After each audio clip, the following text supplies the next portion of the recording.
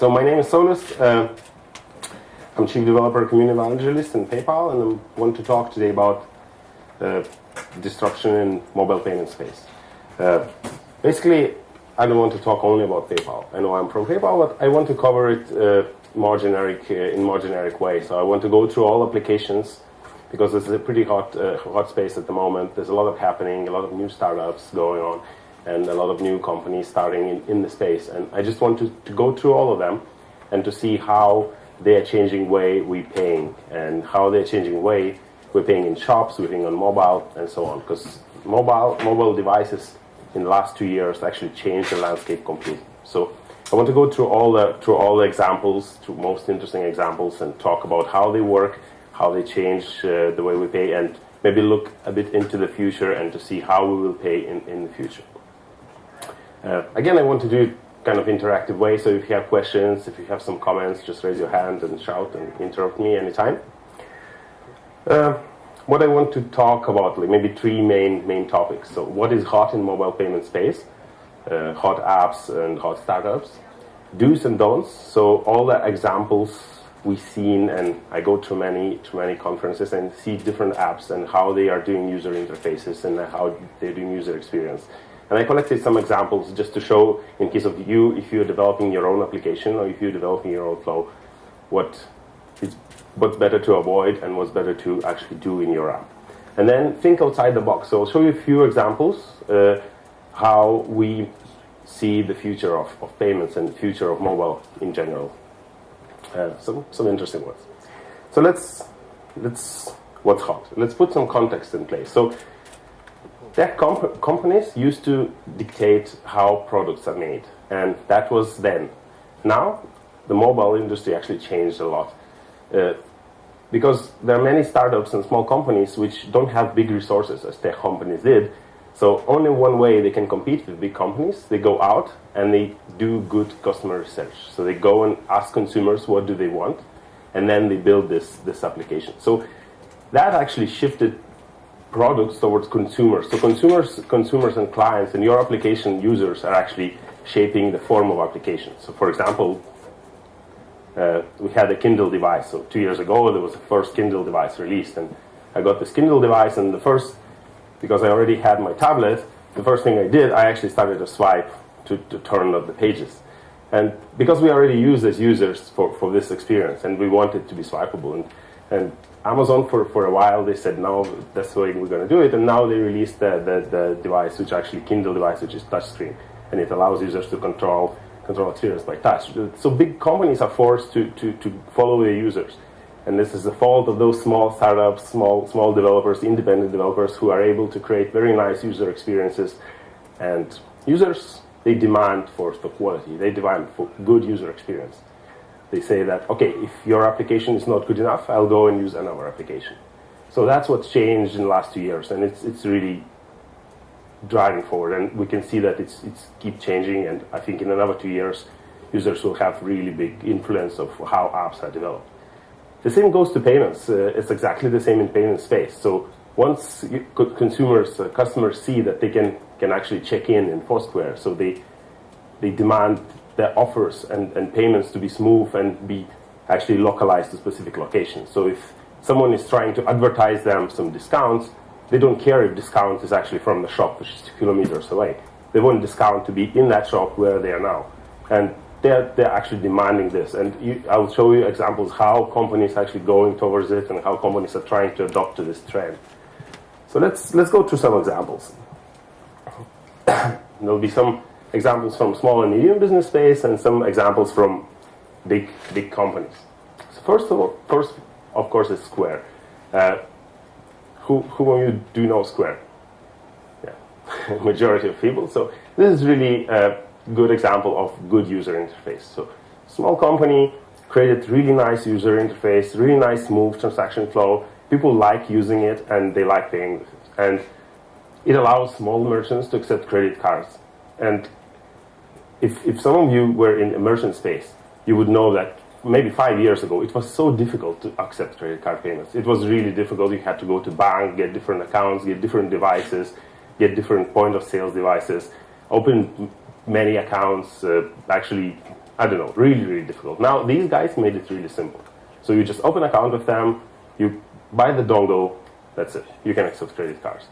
Really big disruptor, works really good. As I said, user-centric experience, and users are driving. So now they started to move to different areas. But this was the first disruptor in payment space. Now there's another example. Is Dwolla, Ben. And I had a chat with Ben actually during London Web Summit. And this is an interesting application. They allow you to pay through mobile app without any cards, without any plastic or any money. So they have spots. They call them hotspots. So they make agreements with shops. So you just go with your application to the shop or any outlet which has agreements with them, and you just pay. You just click the button and the payment is made.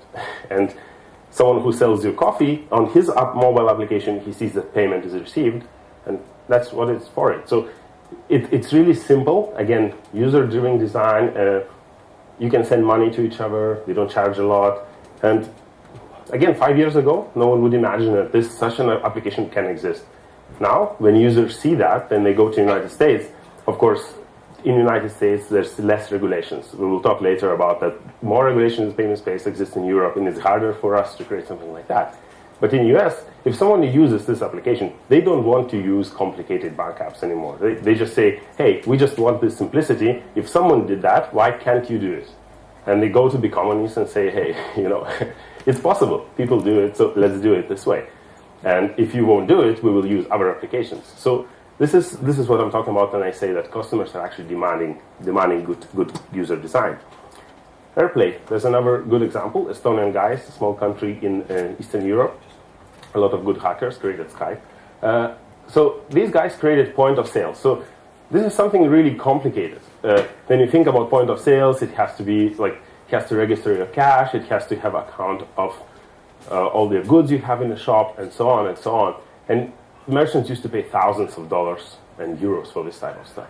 What they created cloud-based solutions. So they created mobile app, which is the front end, but then on the cloud, they are hosting all this complicated back-end stuff, and merchants don't really care how it works. It just works for them. So they take a license fee, maybe $17 per month, and so on, and that's it. They're simplifying it so much for merchants that they actually exploded in the United States. Again, in the United States, because it's a bit easier restrictions and regulations there. But this just shows how the small company, and they had only 10 people in the company, how can a small company disrupt all the industry? Because previously, those type of big applications were made by companies, several thousand people in headcount. So again, really big disruptor, and it just changes things. It shows that any startup actually can go now, take the technology, given that they know how to do it, they know how to build up applications, create something like that. And it's becoming quite an interesting space. So even if you tomorrow would pick up your friend, or someone who actually knows about payments, how to code, someone who knows user interface design, you can create something interesting, and which actually, if it does better than this, you can win, and you can start your business. Again, so talking about big companies. So big companies are trying to catch up. So we're trying to catch up as well. We in PayPal released, it's not square, it's kind of triangle. So we call it PayPal Here. And again, it is a mobile application. You can take the credit cards. As you know, in PayPal, you can already attach your credit cards in your PayPal account. But we adding a bit more value. So all those other previous examples are really pushing us to innovate, and we do. And we actually learned a bit from Foursquare as well. So this new PayPal app in US, you can check into the store. So you can go to any store, you check in, and actually on point of sales in the store, the seller will see your face, will see your picture, and you can scan the item and you can pay for it, and the seller will see that you paid for it, and you can just leave the store. And it is actually running in some shops, and it's so convenient, it's so easy, that again, it's all made for consumer. For example, for me, if I'm going shopping and I see big queue there, I don't want to stand in the queue. I don't want to waste 15 minutes or 20 minutes standing in the queue to pay someone. I just want to actually skip the queue and scan it, and it's painful enough. I have to pay a lot of money, so why should I have it stay in the queue as well? Yeah, so that is what we're doing as well. We're trying to catch up. And Let's go to another example. So these big giants. So again, we're starting to talk about big companies now. And these big giants are trying to innovate as well. So Visa and MasterCard, they're payment processors. They are processing payments. And all the plastic cards you have, they're Visa and MasterCard cards. And they are branded. They usually are issued by some other banks. And payment processors actually see that they need to be innovative as well. They have very good back-end systems. So their back-end systems are very good. They're processing all our payments. Even a lot of PayPal transactions are processed through them, the same as other guys' transactions. Other guys' transactions, you see those small apps I showed you at the start, their transactions are processed through these networks as well. But from being only back-end companies, they're starting to innovate, and they're releasing different wallets and different applications with the idea that the wallet is actually in a cloud. You have the cloud wallet. So everything is moving towards storing all the data in the server somewhere and eliminating complexity for users. So if you have your mobile phone, it's a really bad idea, and I'll show you later why is it a bad idea to store sensitive information on the phone. Because if the phone gets lost, or someone steals it, or someone actually has access to it somehow, it's really a bad idea because someone can steal the data. And the best way to avoid it is actually use some services which encrypt it online. So yeah, we see a lot of innovation, and I think we will see it more and more because these guys, they want to move into space, and they open up for developers as well. So if you're a developer, you can go and get SDKs and start develop apps, which is unseen because the big corporations like Visa and MasterCard, they usually used to be really close. But now they're starting to open up. So a lot of opportunities for mobile developers as well. We recently released a PayPal in-store app in UK. I don't know, any of you heard about it? It was released, I think, last week or so. So the idea here is really interesting. Kind of nothing really very innovative about the idea. You scan the item, and you can pay for it. So this has already been presented previously. What's interesting about this app is actually that it works without network coverage. So it is possible to buy things because network coverage is a big issue. So if you go to stores, and you will see that actually network coverage drops a lot. And we resolved it. We think we resolved it. So now you can go to any store, and it doesn't matter do you have network coverage or not. You can still buy items, and the phone is still communicating with POS system in that store. How is it happening? It's a bit of magic. We are not disclosing that yet, but it's happening. So I think, again, talking about convenience for users, that's what's driving us. That's what's driving us. We want people to actually have a very simple way of paying. And it doesn't matter how good is your application. If it doesn't work without network connection in many stores, network connection sucks. And that is known fact. So I think that was the big challenge for us, and we did it. So PayPal in store, look for it. I think in UK, a few big retailers are already using it, so you probably will see signs and promotion campaigns running. But I just wanted to show that particular bit that it works without mobile network coverage, and I think that is kind of innovative way of doing things. And in the future, many companies probably will adopt it because sometimes people are in the areas, not necessarily shopping, but even playing games and so on. If you're selling some goods through the game, you want them to be able to buy it even if they're without network coverage. So think about it if you're building your game or if you're building your application, how to make that convenience for users, how to make them buy stuff on your application even if they don't have coverage. Okay, so what we have next, do's and don'ts. This is an interesting section. I always trying to collect different print screens of applications I'm using, and it's getting better now, but still user interface design is still really area where a lot of developers just really are bad at that, and they suck, and even big companies. So first is like, do you really have another data entry form in your app? Like, so many applications have these big data entry forms, and people just hate them. I really do as well. If you have to type in like digits, or you have to type in your name, and like, come on.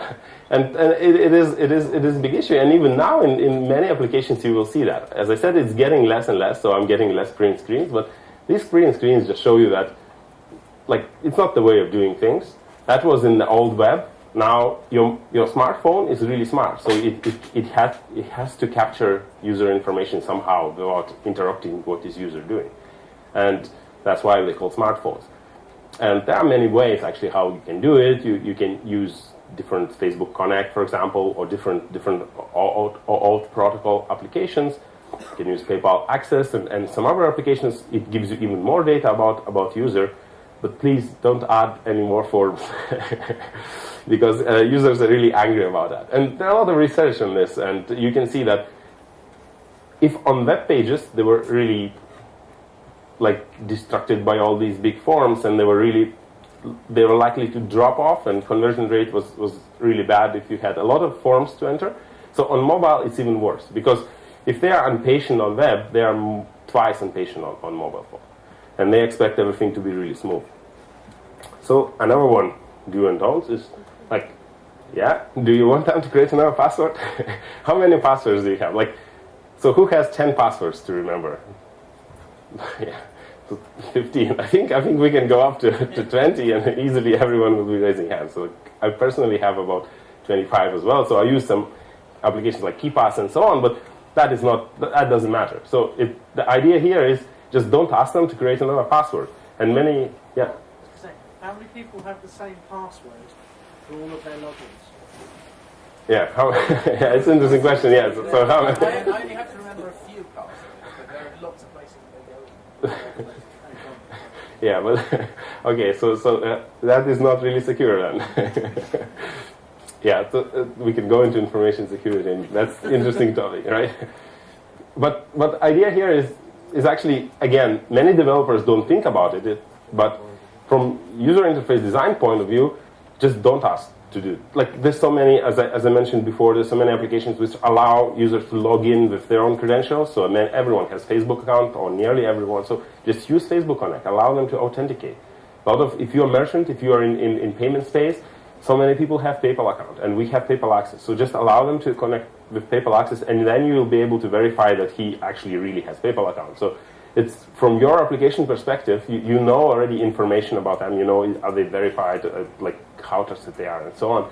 So really big issue, and that is not getting smaller. I still see apps where everyone is trying to create their own kind of login authentication system, and so many applications like that. So I think that will be changing in the future, but if you're creating apps, if your company creates apps, if you create apps for clients, just try to avoid this mistake, or not mistake, but it's kind of not a good thing. And so then going to how smart is your app? So don't forget when you're creating apps that your phone is really smart. It can know a lot of information. So don't ask user to enter their location, because you can just detect it. You can detect where your user is at the moment, and don't ask them which stores they're shopping in, for example, because you can get that information. You can just get that information, and don't bother them. And then you can surprise them, actually. Of course, if they agree, many companies do it on the web, like Amazon is the best example of it. So they track users a lot, and they know actually their behavior. But what customers like, they like to be offered things which they would like to buy. So, for example, if I'm interested in certain books, I really like when I log into Amazon and I see those books, because I don't have to do research, I don't waste my time. If I want, I can obviously go in and do a bit more research, but at least I see the books which I might be interested in. So your phone is smart, and many phones are getting smarter and smarter. So even if we're talking about regions, about third world countries, for example in Africa, the Android operating system is spreading so much. And I recently talked with some developers there, and they can buy Android-based mobile phone for $50. And yeah, people just buying it. The entry point is getting lower, and they're even predicting that the phone there after 2 years will be only $20, the standard Android phone. Maybe not so high spec as we used to, but still it will have Android operating system, which is quite smart, and it can allow you to do many things. So remember, your smartphone is smart, and just surprise your users. No, okay, talking about security. So, storing credit card details on your phone? Yeah, there's a lot of bad things happening online, and there are people who are actually just living from it. And as you can see, a lot of records are being stolen and so on. And it's kind of, you think that, okay, my application is small and no one really cares about it. But remember that even if your application is small, someone can use it to sit in the middle and do some bad things. So if you're storing some data, they can just capture that data, and without you even knowing, And it is quite bad, because then in the end of the day, then it will be you whom to blame. And if you're using some third-party libraries or anything else, it will be bad for everyone. So as a best practice, is just don't store credit card data, and it goes to all the sensitive information about the user. There's so many services now on the cloud where you can actually use them and use them for storing data. Again, this is still quite used, and people like storing information. They like storing credentials, even API credentials, API access credentials. So, like, if you have to access something, if you store credentials in your app, if someone gets those credentials, they'll not necessarily do anything bad to your application, but they can use those credentials and do some other things, and people will think that it's you who are doing bad things, not them. Think about it. And that is happening. That is real. So it's one day, if you will do bad things, it will happen to you. So thinking outside the box, and I want to maybe finish it by showing you some video and talking about how in the future we can do payments. And the interesting one, these smart TVs. I don't have this company name, but you obviously know which company it is. They're really active in the smart TV area, and I was really surprised. They have dual core processors now in those TVs. They have so many ports. So they have so many cool things on that TV. And I tried to create some application maybe a few weeks ago just to try to play with it, and it supports fully CSS and HTML, so you can create any app. So, do you think your TV will buy you a beer after a month or two?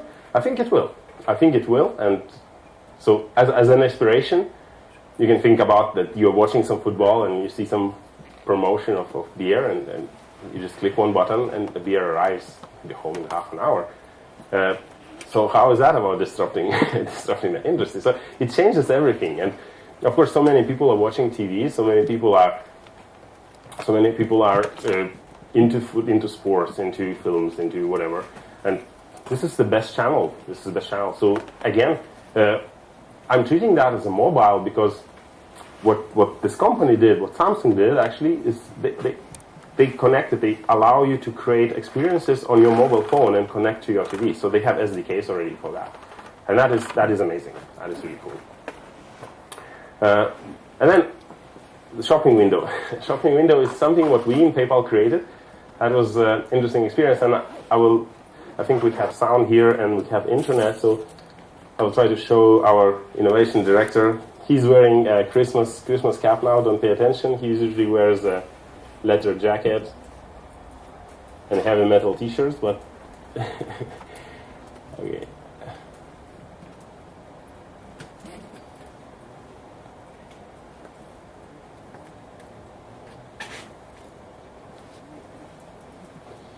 Oh, I have it here.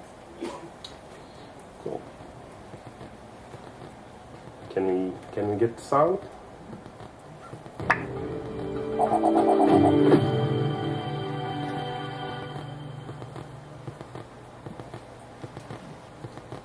Okay, we're here with John from PayPal, and this is a really impressive mashup of two technologies here. Tell us about it. So we work with Screen Reach. So essentially, I was walking down a high street in the middle of the night. It was around midnight, and I noticed all the shops were closed. Of course they are, but I suddenly thought, this is stupid. They're closed. They're useless. It's night. So came up with the idea and thought, hang on, how can we make those windows work for the shops? How can I buy stuff when the shop's closed? So I knew the guys from Screen Reach through some of the mentorship programs, and I thought, okay, here's an opportunity. So what we've built here on the screen is an app. So basically, this is a shop window. So we've taken a holographic film and we've applied it to the back of the window, and behind it we put a projector. So I'm now going to use the Screen Reach app, and I'm going to actually connect to that window. Internet permitting. So now, if you look, it's changed on my phone, but now if you look at the window, which is about to wake up, I can now see the shop window. And using my phone, I can now drive that window. Hopefully. There you go. So basically, what you see on your phone is then projected onto the window. Well, it's not projected, it's actually synced. Yeah, it's linked, yeah. So there's nothing actually on my phone. The items the inventory and the stock is sitting on the server and in the shop itself. So I can pick my size, and I can, of course, go and order that item. So if I order that item, it adds it to PayPal on the in my basket, but it's on my phone, it's not on the window. Yeah. So then I check out on my phone and it's delivered to my house next day. And the shop is now suddenly useful again. That's amazing. Yeah, so as I said, don't pay attention to his cap. It was in last December in Leved. But the idea is very interesting. So I think you got the idea, right? Anyone has questions about it, I can explain a bit more. So the idea is that the shop windows are actually empty during the night, and they're standing there, and the shops are kind of closed, but so many shops already have their items in the online stores. So database is already there. All items are added there. So how can you take those items and make the windows interactive, make customers actually be able to buy stuff even when the shop is closed? So they do it online, but how to make this user interface for them? So what we decided to do, and to use some mobile SDKs by ScreenReach. They're pretty cool. They allow you to create some experiences. So you can hook up from those SDKs to the server, and on the server you can have database, or from the server you can connect to existing database and get all the data from there and actually display it on shopping window. And what is interesting about it, user is actually controlling the experience. So it's always when we go to some expositions, it's the coolest thing. People really like to play with it because it's quite cool. And when you're buying something on the actual window, you do not see that someone is buying stuff. So this is just to protect some privacy. Like in Amsterdam, you wouldn't like to see probably what other people are buying. Yes. Yeah, so that is about it. It was quite short. I don't want to keep it too long, but if you have any questions, you can shout and we can just talk about, I don't know, where do you see payments? How many of you are like in payment space? How many of you have apps with payments? So how is it going? Well, I work for WAC, and we do in-app payments. So it's not exactly the same as what PayPal does, but what we're seeing, what we see as the industry is that it's, like I said, it's very hot, and I think it's definitely where things are going, especially mobile. In-app payments, I think, is the future. It's a very interesting area to be in. Exactly, and I completely agree, and it's an interesting area. So if you look, for example, at the landscape, like big companies like Apple, they do have a lot of applications on their platform, and they have their own payment system. And the same goes for Google and Android. They try to implement it, but what they lack is actually support. So they charge a lot. That is the first thing, right? 30%, it is a lot. And the second thing, it's like users like the choice. So for example, if you have a game and you want to sell different items in your game, like swords, whatever, cars, or it doesn't matter what, you have to upload each item to Apple Store, and that is just big complexity. So you don't want it. And yeah, so even in gaming space, it is really heating up because there's a lot of games and people want to sell it, and customers want to buy stuff. So we need to remove barriers. And as I said before, the industry is interesting because even small teams can challenge it. Even small teams which have knowledge can come in and actually do some changes. And yeah. I've got a question. So you talked about barriers to purchases or reforms. How's PayPal dealing with barriers to having a PayPal account? Because that's a really fundamental thing. So how do you deal with that? Yeah, so the question was that how do we deal with barriers that if someone wants to pay without PayPal account, right? So we do allow guest checkout.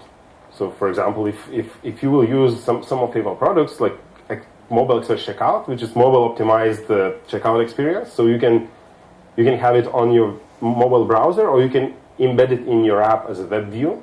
So you can have web view in your app and show it. It has full guest checkout experience. So if you want to type in credit card details, or your customers want, it's probably not you, but your customers, sure, go ahead. But it's not the problem, but the experience and research says that people just don't like to enter that information. You can actually compare it yourself. You will see that the conversion rate, if someone just has to enter email address and password, or someone has to enter credit card detail and expiry date and maybe sometimes address and so on. But PayPal does allow that, and there are some products which do allow that. But you will, yeah.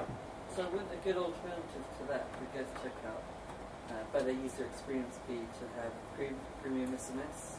So, or instead of the user having to type in their credit card details, which cause a conversion rate to really drop off. Yeah. You send them premium SMS and they reply to that. And Yeah, this, of course. I just wanted to say that any solution which is like one-click solution or two-click solutions, they're best for conversion. So you have your apps, and you probably know that is the case.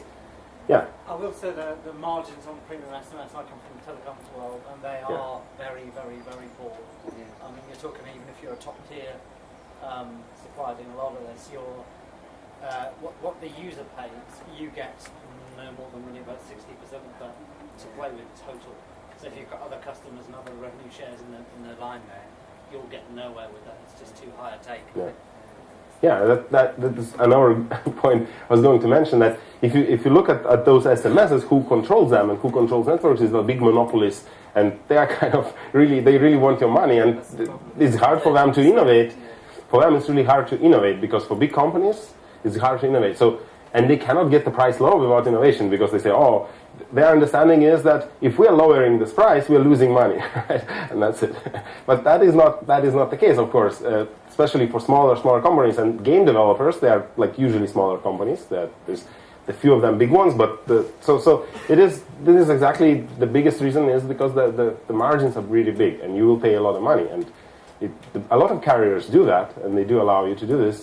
And maybe they will change in the future, but I would like to see that. I would like to see that happening, because, as I said, the innovation and like agile approach is not their thing. It's just they are too slow to move. And okay, maybe some of the telecoms are here, but so we can discuss that later. But I just another thing I want to say on on this subject, that yes, one-click or two-click experiences are really good, and if they can be achieved, that's okay. So we have, for example, a solution which is called pre-approval. So you can make pre-approval with someone who has PayPal account, and once they do this pre-approval, so it's again mobile optimized, so they approve you or your application to take money from their account. And then it's just, you can do experience without click at all. If someone is running low on credits in game, or if someone is like needs to upgrade a car and it has to happen automatically, it happens. So in the back end, you just call on the API, call our APIs, and we charge the money. And we send email notification to customer, which is then he's being notified that he just paid $1,000 to your company. But you get the idea. So we are trying to reduce it, and it is really big issue. It's, for us, for example, as a payment providers, it's not a big, but for our customers who are developers as well, so we kind of treat developers as customers, they want good experiences. And as I mentioned at the start, the customers are pushing us, and it's good to see that the companies like PayPal, we are really innovating a lot, and we spend a lot of money on these new things.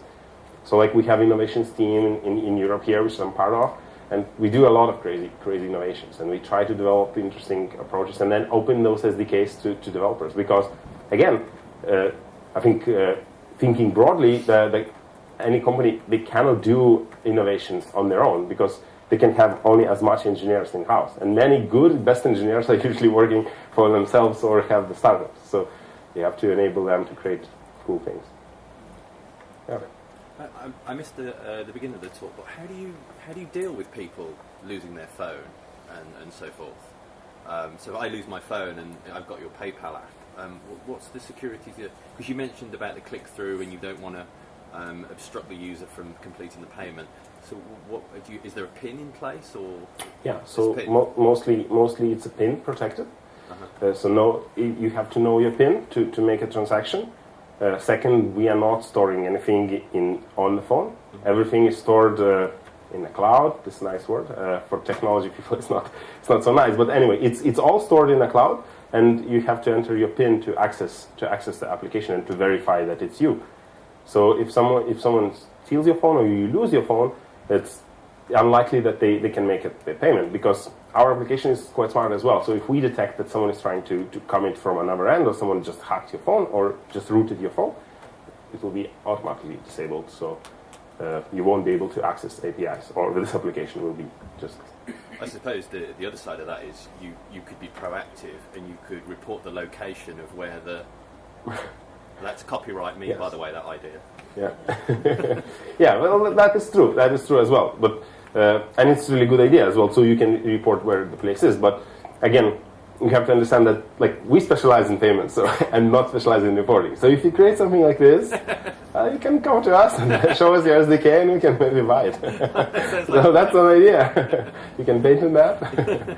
Yeah, but you're right. It's all about innovation, and it's very nice to see now that like anyone can do it. And like, I'm a developer myself, coming from a technical background, and I have done startup in the past, so I know that it's such a good feeling that you can actually disrupt and change something. And I think every big company has to work with people. And the landscape is changing. So previously people worked in-house. Now a lot of people, you can treat all the startup ecosystem as part of a company who actually help you to deliver innovations. Because startups are okay with doing innovation, but then it comes to actual product. So then you create a product, you have to support it.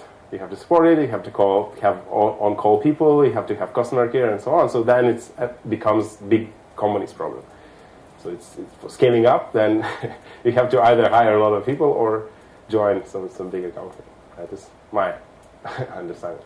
So any other questions or thoughts? Or I guess you guys do a lot of user research maybe. I just was wondering in terms of people's perception of security of this moving away from the card, and how do people actually feel about it, and does that vary over different kind of audience types? Like, I imagine geeks are probably a lot more free with it, whereas normal people less so. Yeah, you're right. You're right. People treat security very carefully, and they actually, there are two sides of it, right? So first, people like simplicity, and convenience always wins. So if it's convenient for them, they will always use it, and this is majority of users. You will see that trend. But at the same time, they want security. They want to know that they are secure.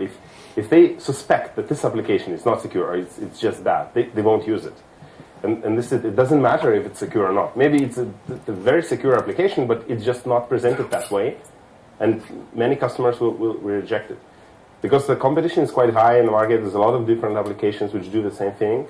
So for us, for example, it is really, really important. But we are most secure payment method online, and given that we have big market share and there's not really many cases opposite, we are locking people accounts and people are getting angry that, hey, you locked my PayPal account. But this is only happening because we have really big fraud protection systems running in a backend, and these are real time, and if they suspect that something is wrong, they just lock accounts. And of course sometimes we misjudge, and sometimes people's phones get locked and they have to ring and unlock it. But I always say that it's better that your account is locked than somebody just emptied it and so on. So we treat it really, it's one of the biggest priorities, I think, and probably not so easy to achieve for startups and smaller developers, because you need resources. You need resources for that. So yeah, again, that's one of the reasons I always advise for startups, if they are not in payment space,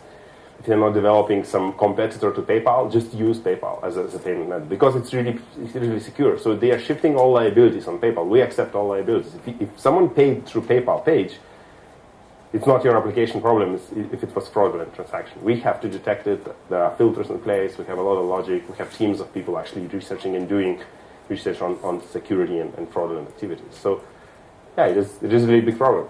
But people trust PayPal's name? well, they do. They do, I hope. No, I think they do, because if you look at the market share of PayPal, it's quite high, and we released a new application, which I just showed, where you can check in stores, for example, in US, and it was #1 in application store for a month or so. So people really downloaded it a lot of times, because to pay online, there are a lot of new startups coming out, and I always like competition, but there's not really any big company in this space which has the same market share on the same resources. And if you know any,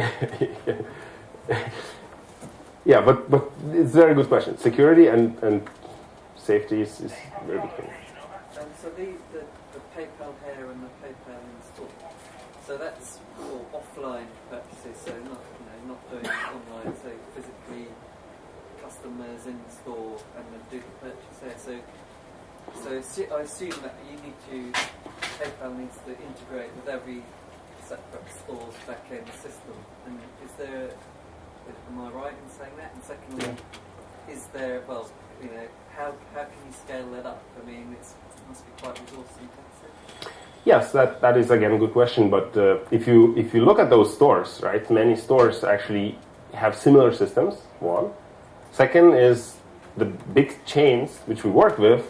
They're kind of like they have standards across all their stores, all their departments. So for us, it's one integration, and then it goes across departments because all the point of sales software they have is kind of standardized, and they have to be compliant. Another part of it is actually. I want to mention, and I mentioned it before, that US and Europe, it's really two different fields. So in US, it's very easy. So on your card, you will see that it's magnetic stripe transaction. So you just swipe your card and you just sign, right? And that's it. They don't care about security. There's so many transactions, so much money. In Europe, we are more strict about it. So in Europe, Square, it doesn't work, and it cannot work because you have this chip and pin transaction. So your card has a chip.